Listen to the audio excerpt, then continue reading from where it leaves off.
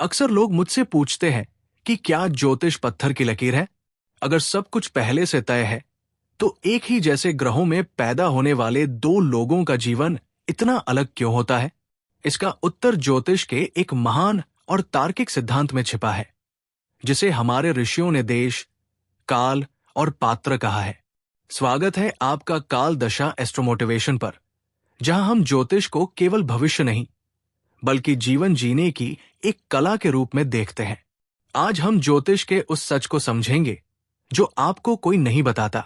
ग्रह केवल बीज के समान हैं, लेकिन वे किस मिट्टी में बोए गए हैं और उन्हें कैसा वातावरण मिला है, यही उनकी सफलता तय करता है। इसे एक उदाहरण से समझते हैं। मान लीजिए दो बच्चों की कुंडली में एक ही समय पर बहुत बड़ा राजयोग बनता है, लेकिन इनमें से एक का जन्म बहुत अच्छे शहर के समृद्ध परिवार में हुआ है और दूसरे का जन्म एक पिछड़े गांव के साधारण परिवार में। यहां देश और काल की स्थिति बदल गई।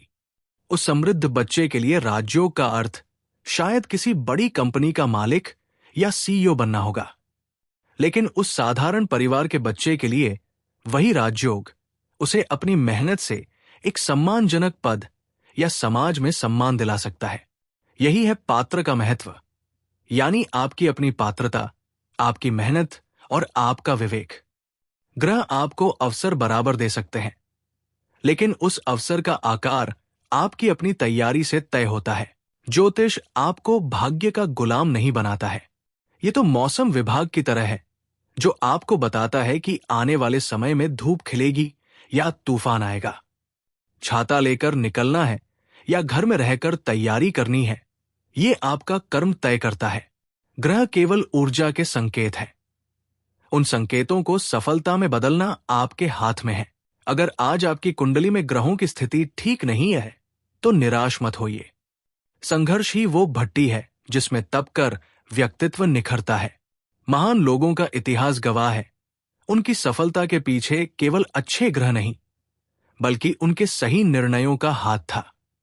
जब आप सही ज्ञान और समझ के साथ कदम उठाते हैं, तो कमजोर ग्रह की बाधाएं हमारे अनुभव की सीढ़ी बन जाती है। सितारे केवल संकेत देते हैं, लेकिन उन संकेतों को पार करने का साहस हमारे भीतर ही छिपा होता है। याद रखिए, भाग्य आपको अवसर देता है, लेकिन उस अवसर को सार्थक बनाना आपकी अपनी कोशिशों पर निर्भर है। कभी कभी जीवन में ऐसा मोड़ आता है जहां सब कुछ होते हुए भी एक अनजानी सी बेचैनी रहती है, जैसे हम किसी बंद कमरे में रास्ता खोज रहे हों। ज्योतिष का काम उस कमरे को खोलना नहीं, बल्कि आपके हाथ में वह दीपक देना है जिससे आपको अपना रास्ता खुद दिखने लगे। अक्सर हम समस्याओं के इतने करीब होते हैं कि हमें समाधान के संकेत दिखाई नहीं देते। ज्योतिष का मूल उद्देश्य किसी के जीवन को बदलना नहीं, बल्कि उसे वह दृष्टि देना है जिससे वो अपने जीवन को देख सके। इस वीडियो को देखने के लिए धन्यवाद। जय श्री कृष्णा।